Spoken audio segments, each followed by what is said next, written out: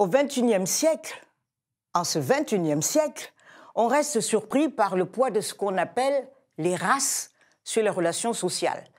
Une notion qui pèse bien lourd dans le débat américain, où cette question revêt des accents dramatiques, comme en témoigne le titre d'un article récent publié par le New York Times, et traduit par un qui a peur de la fin de la domination blanche aux États-Unis.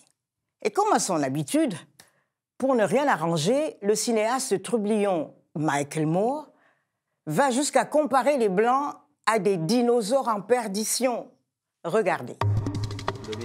Depuis 2 ans, chaque jour, les médias ne cessent de critiquer Donald Trump. D'après vous, pourquoi ses partisans continuent de le soutenir? Parce qu'ils aiment ce que Trump représente. Ils aiment son côté mâle blanc, hyper agressif. Mais ce ne sont pas les hommes blancs qui vont diriger le monde. Ce sera les femmes, les personnes de couleur, et les hommes blancs vont connaître des temps difficiles. C'est comme les dinosaures. Un jour, ils vont disparaître. Et les dinosaures, quand ils ont disparu, leurs cris étaient très forts et très agressifs. C'est ce qui se passe avec les mâles blancs, riches et en colère, qui dirigent cette planète aujourd'hui. Leurs jours sont comptés.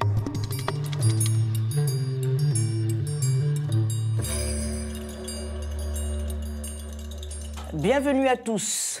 Vous le savez, notre émission cherche toujours à comprendre et à décrypter notre monde pour trouver, sinon des solutions, mais au moins les voies d'une contribution positive au débat. Nous le ferons en compagnie de nos invités, la philosophe Selwa Luste-Boulbina, spécialiste du postcolonial, Doudou Diène, juriste, spécialiste international bien connu des questions liées aux droits de l'homme, et l'universitaire Louis-Georges Tin, inflexible militant contre le racisme et président d'honneur du CRAN, le Conseil représentatif des associations noires. Je suis sûre que les craintes exprimées par le débat américain et la sortie de Michael Moore vont vous inspirer. Également au sommaire de cette édition d'Africa International et fidèle à notre vision de l'Afrique par elle-même, petit coup de projecteur sur une histoire de poupée venue du fond des âges, venue des États-Unis et porteuse de toutes les ambiguïtés raciales de ce pays. Florence Alexis nous en dit plus. Et puis le continent en mouvement avec ses start-up innovantes, mais aussi des initiatives de terroir.